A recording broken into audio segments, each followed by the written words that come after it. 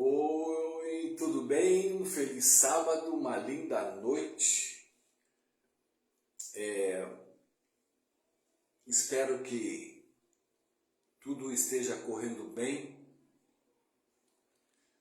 na sua vida e que esse sábado possa ser um dia maravilhoso. Eu queria... não entrou ninguém ainda. Depois eu quero fazer uma pergunta. Se o som está bom ou não, vamos ver se alguém pode responder. Mas enquanto isso, eu quero fazer uma introdução para a nossa meditação de hoje.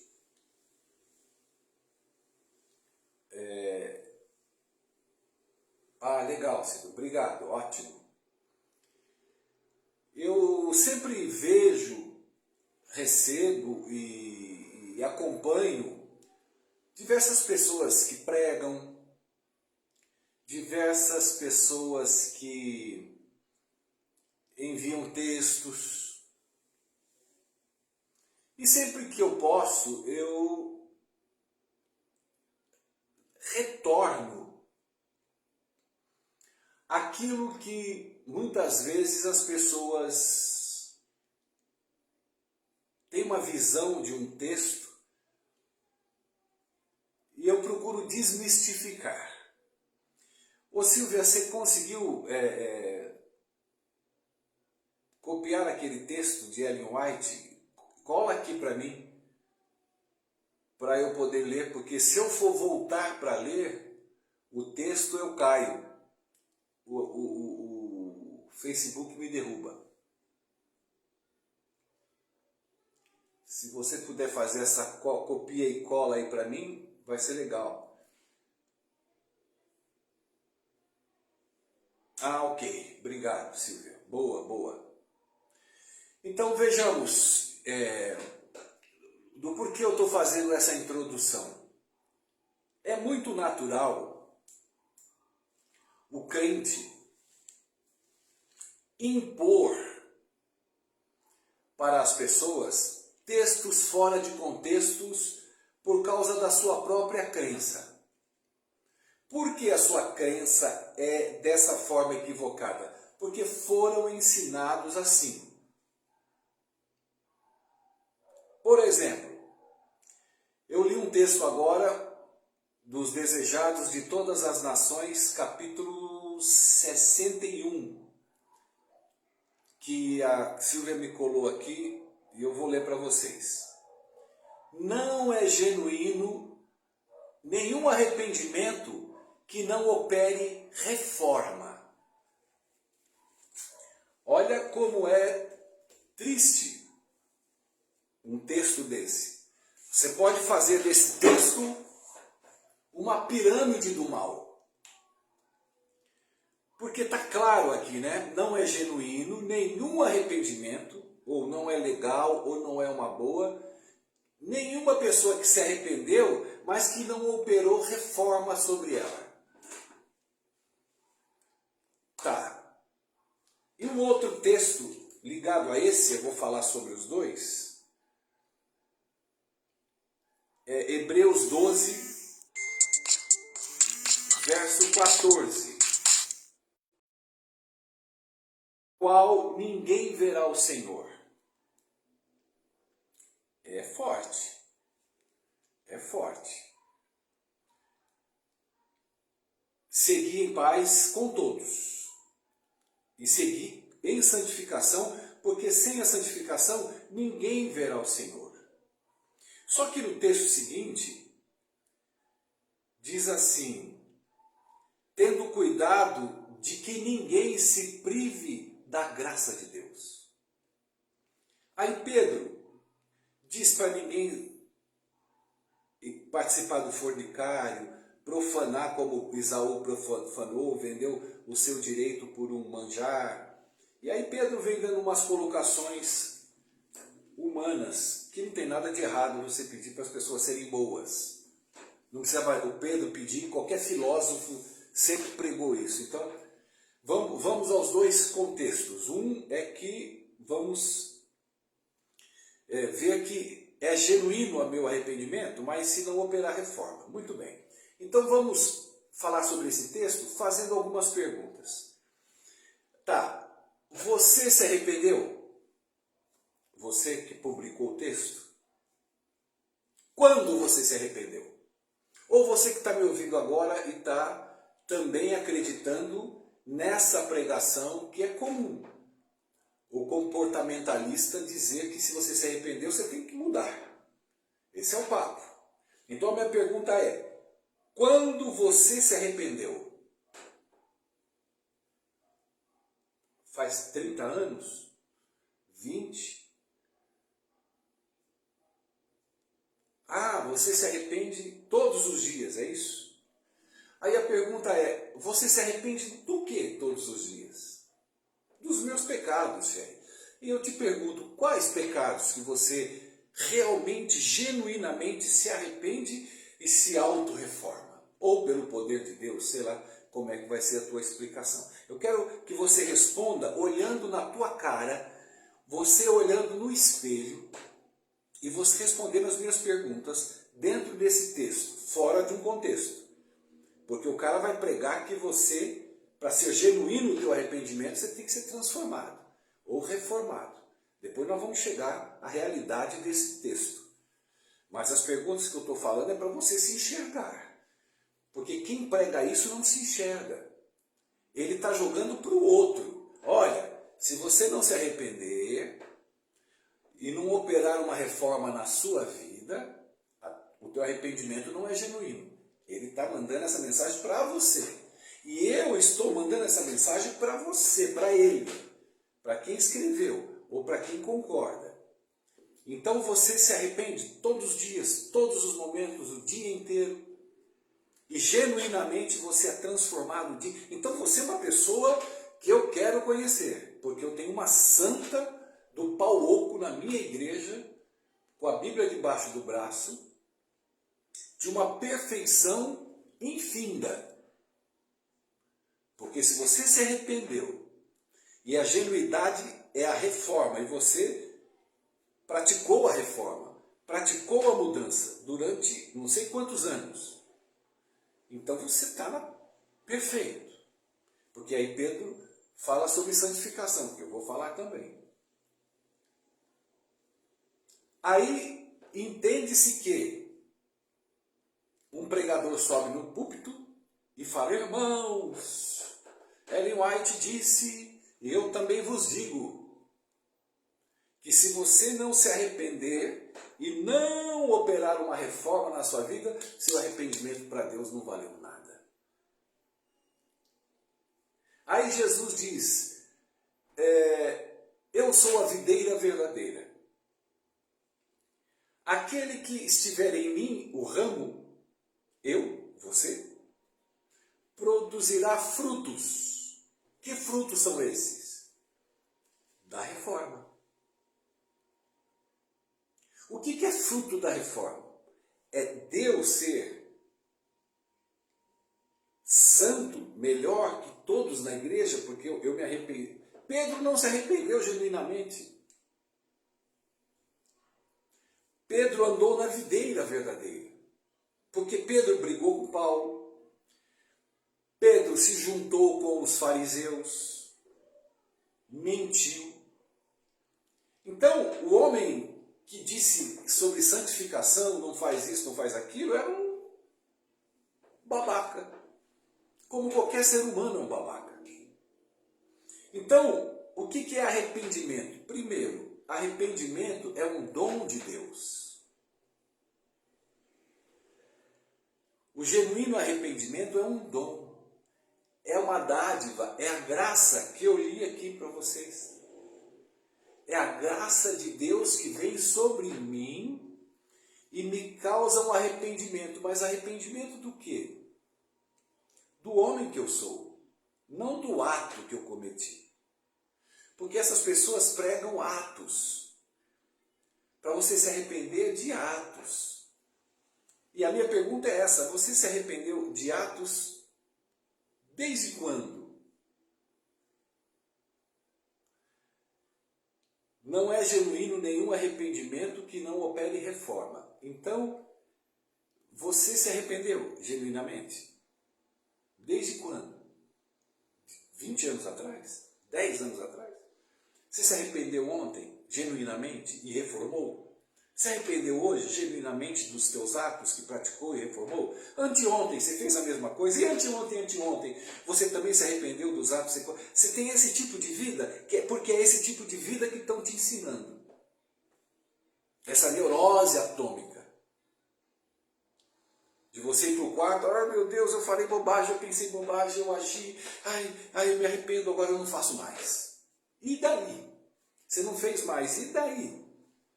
Você produziu trapo de imundícia para Deus. Deus, agora eu não estou xingando mais aquela Maria que eu odiava tanto. Agora eu até suporto ela, estou de boa. Ah, houve uma reforma genuína? Mentira. Não é essa reforma que Deus está falando. Não é essa reforma que Ellen White está falando. Porque esses atos de arrependimento diário e reforma, isso é pra gente maluca. Gente que tem problemas seríssimos de cognição, de entendimento. Porque o arrependimento vem de Deus e a reforma vem na mente. Qual a reforma que eu tenho de Jesus na mente? Deus, eu entendia que eu era castigado pelos meus pecados.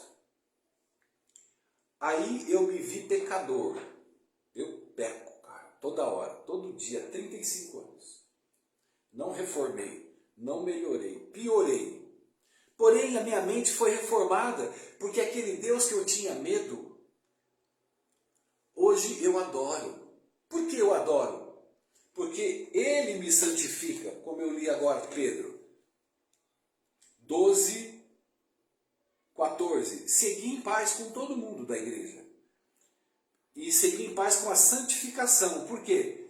Porque sem a santificação ninguém verá o Senhor.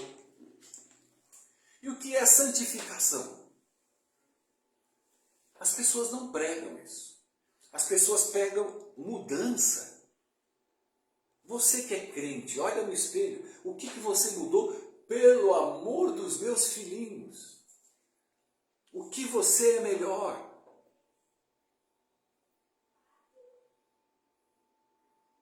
Então, o que é santificação? Para que eu veja a Deus? É o perdão. Ah, você foi salvo pela graça? Legal, a salvação não é pela lei, não é pelas obras, não é nada. Mas depois de salvo, você tem que se arrepender todo dia, se santificar, ser mais bonzinho, ser melhor e sendo transformado, olhando os seus pecados o tempo todo, cara. Mas nem maluco vive assim. Nem doido vive assim. Então, quando Deus e Ellen White dizem sobre esse tema, ele está dizendo que você só vai ver a Deus se você for perdoado. Por que só se for perdoado? Não reformado, no sentido de ser... Imagina, você, quem está aqui comigo? Tem várias pessoas, mas está aqui a Silvia, está aqui a Alessandra, a Neuza, está um monte de gente aqui. Silvia Teixeira. Você, reforma. Que nível você tem que chegar da santificação para você ver a Deus? Me responda. E em qual nível de santificação você está? E qual nível de santificação você deve chegar? Porque aqui diz, né? Sem a santificação ninguém verá Deus. Então eu estou te perguntando, me dá nível aonde você está e aonde você tem que chegar. Já que é transformação, reforma é mudar de vida, mudar, ser melhor. Agita aqui também. Eu pergunto para vocês, para você também, gente. Em que nível de santificação e de reforma você conquistou? E se você for uma pessoa sincera e creio que é, você vai dizer nenhuma. Eu sou uma porcaria. Então, quando Deus me dá o dom do arrependimento, de eu saber que eu sou um pecador nato, Ele reforma a minha mente, meu entendimento, eu sou reformado. O Sherry que era da noitada, curtição, tudo, e o Sherry de hoje, ele só tem uma coisa de diferente. O entendimento de quem era Deus quando eu vivia fora dele, sem me preocupar muito com ele, mas eu amava, gostava dele, tinha meus entendimentos peculiares do meu jeito, e de como eu comecei a entender a Deus depois que Deus me deu o espírito de arrependimento e reforma de entendimento. E aí eu estou a caminho, eu sigo para o alvo, diz Paulo, eu prossigo. Olha, gente, o que eu quero fazer, que é pecar, eu não faço. O que eu não quero fazer, que é pregar o Evangelho, esse eu faço. Por que ele disse isso? Porque ele era pecador. E o desejo dele era pecar. E por que então ele pregava? Porque ele estava ligado à videira. E o que é ligado à videira? Ele sendo um ramo, ele frutificava os desejos do Espírito Santo. Eis-me aqui. E agora a coroa da vida me está guardada, porque eu prossigo para o alvo. Ele sabia que agora a coroa estava guardada pela fé. Essas pessoas não pregam fé. Elas pregam reforma, comportamento, doutrinas da igreja. Pega lá 28 doutrinas da igreja e Deus nos acuda. E é chicote para todo lado. E pior, que é o melhor da história, é que ninguém cumpre. Nenhum deles cumpre nenhuma das doutrinas da minha igreja. Eu conheço todos. E cada igreja que eu for, em qualquer lugar, só de eu bater o olho na igreja, no pastor, eu conheço todos. Ninguém cumpre nada. Pastor Bulhon não cumpre nada. Pastor Luiz Gonçalves, longe de cumprir alguma coisa. Por que eu digo isso? Porque são todos iguais a você e a mim. Não há santificação no formato em que pregam. Uma santificação plena, uma santificação ajustada com Deus. Não! A santificação que todos têm é a mesma minha e sua. Nós vivemos pela misericórdia do amor de Deus. Se eu me levantar aqui, agora, isso é compaixão. Isso é o amor de Deus por mim, que me faz levantar.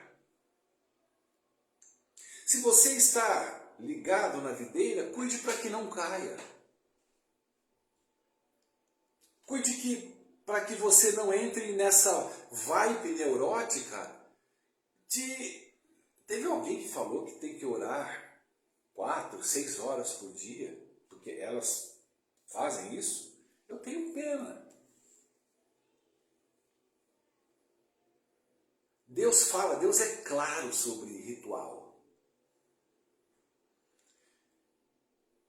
Deus quer saber onde está o teu coração, onde está o teu tesouro. Eu peco. Tem prazer no pecado? Eu tenho prazer no pecado, mas não tenho prazer em pecar. Porque eu sei que isso não é coisa do céu. Mas como eu sou pecador e estou na terra, e Deus, a Bíblia diz que Deus me amou, eu ainda sendo pecador. Aí os caras querem que você deixe de ser pecador e pecadora. Aí pegam esses textinhos fora de contexto para endoidar você, enlouquecer você. Você vai ter uma vida cristã frustrada. Essa pessoa que publicou isso, ela tem que olhar no espelho. Um dia ela vai olhar no espelho. E essa mesma pessoa que diz que tem que reformar e mudar, um dia eu te perguntei para ela, então você é melhor que todo mundo da igreja, né? porque você está tantos anos na igreja se arrependendo e reformando, se arrependendo. Não, não, eu sou o maior pecador de todos, ele me respondeu. Então você vê a incoerência. E Paulo dizia, eu sou o maior pecador de Pedro, Tiago, João, de todos eles eu sou o maior. Mas ele não falou para fazer média, porque ele se sentia. E porque Deus o amava? Porque ele se sentia, ele sabia quem ele era. Aí a pessoa me responde que ela é a maior pecadora de todos, aí eu lhe perguntei, uai, mas então você está se reformando para baixo? Porque se você está se transformando, se reformando, é para cima. Ah, mas eu caio, depois eu volto. Que isso, cara? Então você quer dizer que teu nome está no livro da vida, aí você cai, Deus vai e apaga, aí fica um anjo que nem um débil mental lá no céu, porque ele vai ter que ficar mudando, né? 12 turnos e 12 horas, porque vai ser um tal, apaga o Pedro, porque o outro mandou tomar naquele lugar, ih, apaga, aí o anjo apaga. Não, ele pediu perdão, volta e escreve o nome dele. Mas ele pediu perdão mesmo? Peraí, eu vou consultar o Espírito Santo. Espírito Santo, ele pediu? Não, ele pediu mais ou menos. Não foi um perdão genuíno, porque o coração dele ainda estava mandando a pessoa tomar naquele lugar. Então deixa o nome dele apagado. Aí o anjo vai e apaga. Cara, que loucura de evangelho Jesus Cristo traria para nós. Ah, mas aí vem aquela idiotice, né? Mas viver na graça, então, eu estou livre para fazer tudo o que eu quero. Não é isso que você ouve? Então eu te respondo, você está livre para fazer tudo o que você quer. Você é um homem e uma mulher livre. Eu também sou. Você que não quer me deixar ser livre. Você quer que eu seja alguém que eu não sou dentro da igreja. Eu não, negão. Eu não entro na tua neurose. Eu não entro na neurose do pastor e nem da igreja. Eu entro na pureza e santidade de Jesus. Agora, aquele que vive na graça, qual o prazer de quem vive na graça? Judiar de alguém? Ser injusto? Impiedoso? Eu vivo na graça. Então quer dizer que agora eu sou livre para ser impiedoso, injusto, maldiçoado, maldiçoando, falando mal das pessoas, deteriorando o caráter de outros, fofocando. Se eu vivo na graça, eu vivo na beleza do Senhor. E qual é a beleza do Senhor? Justiça, longanimidade, domínio próprio. Domínio próprio. Eu quero matar um cara, é o meu desejo. Quero quebrar a cara dele, é o meu desejo. Mas o Espírito Santo vem e me dá domínio próprio para que eu não faça. Mas porque eu tenho Deus, estou na videira, frutifico o Espírito de Deus, mas no caminho eu quero meter a mão na cara de alguém. Porque eu sou isso. E Paulo dizia isso. Aí vem Paulo e fecha com chave de ouro e diz assim, não há condenação para aqueles que estão em Cristo Jesus. Essas pessoas não pregam isso. Porque não está na reforma. Não foi reformada. Não reformou o entendimento sobre Deus, sobre Jesus, sobre a graça e a justificação. A única coisa que a cognitividade dela entendeu é o depois da graça, é o que ensina. Depois de ser salvo pela graça, aí você tem que fazer isso, tem que guardar, não pode comer, não pode beber, não pode tomar café, que você vai para o inferno. Você pode fazer, fofocar tudo, mas não pode tomar café. Aí você não pode. Aí o que entrou na mente dessa pessoa? Essa neurose. Então a cognitividade é pequena, ela só enxerga isso. Ela tem medo de pregar a graça porque ela tem a impressão de que se ela pregar o que eu prego, eu estou dizendo para a igreja, vamos para a zona, vamos beber, fumar maconha, vamos fazer suruba, porra, porque a graça é demais.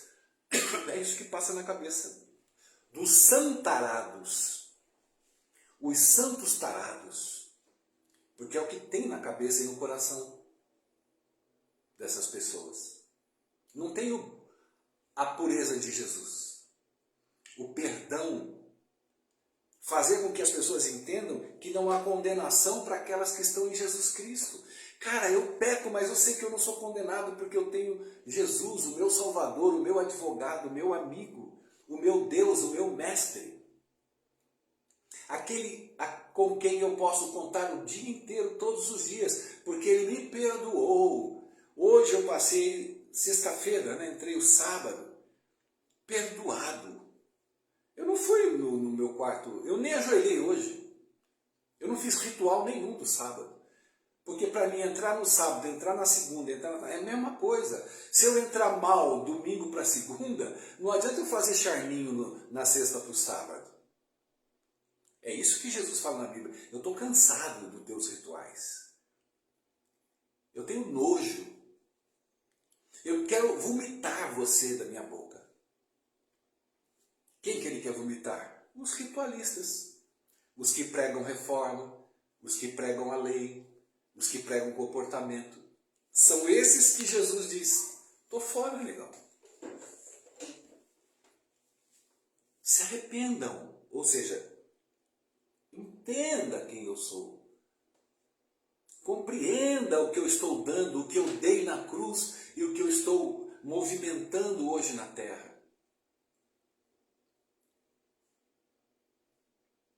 Ah, mas tem que ser assim, não tem que ser assim. Jesus falou para Nicodemos, ninguém sabe o que o Espírito Santo faz. Ninguém sabe para onde ele vai, de onde ele veio. É igual o vento. O movimento do Espírito é dele, não é teu. Aí você acha que você foi chamado por Deus para você pegar um chicote e ser o João Batista da modernidade. João Batista nem sabia o que estava acontecendo com a vida dele, até porque ele não sabia que ele mandou perguntar se aquele era o Cristo mesmo. Ele anunciou Cristo, ele viu o pombo, ele batizou, mas na cadeia ele falou, poxa vida, pergunta se é ele mesmo ou se vai vir outro. E Jesus falou, não houve homem maior que João Batista na terra. Por que João Batista errou? Porque era pecador. O que adiantou João Batista dar os gritinhos dele, falar para o rei que ele estava traindo a mulher com o outro? Mas para João, ele achava aquilo certo. Condenar um comportamento errado, porque eles viviam leis e comportamentos e regras. E ele acreditava nisso, mas idiotamente ele falou, perdeu a cabeça, porque foi burro, mas anunciou a Jesus, fez a parte certa e errando muito. Por quê? Porque era pecador.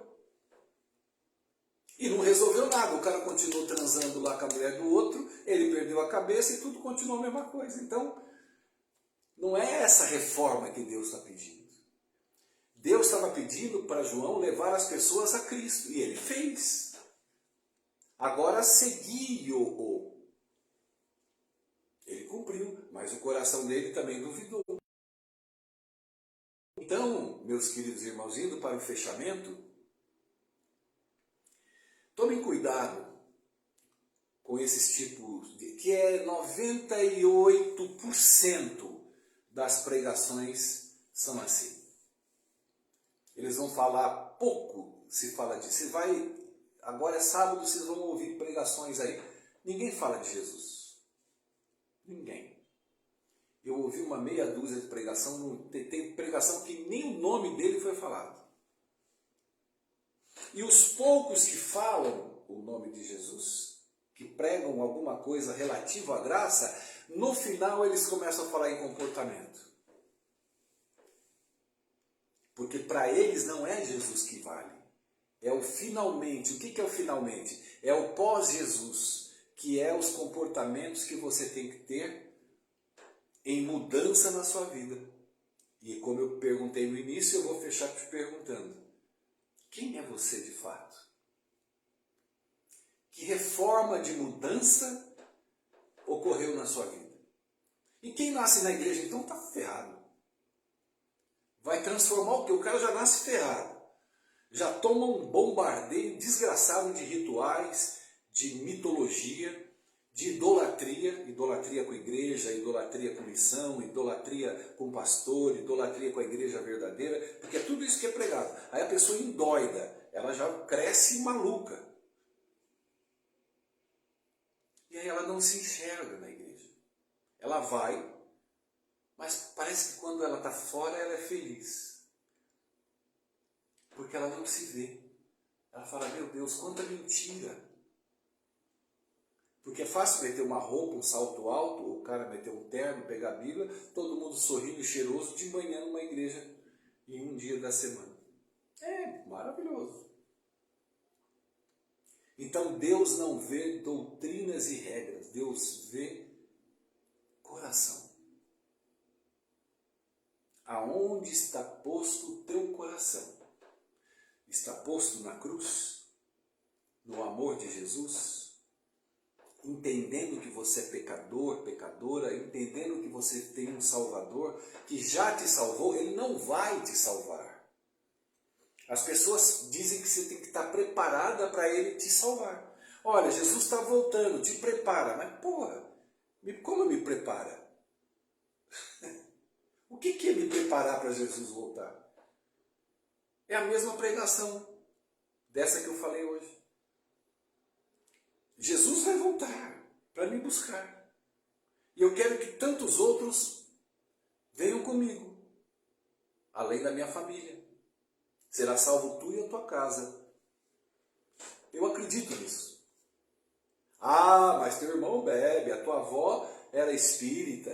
Bicho, cuida da tua vida. A minha fé, ela é um relacionamento meu com Jesus. E eu sei que eu estarei no céu. Por quê? Por misericórdia. Eu sei que a minha família estará comigo. Por quê? Por misericórdia. Porque para o céu só vai pecador.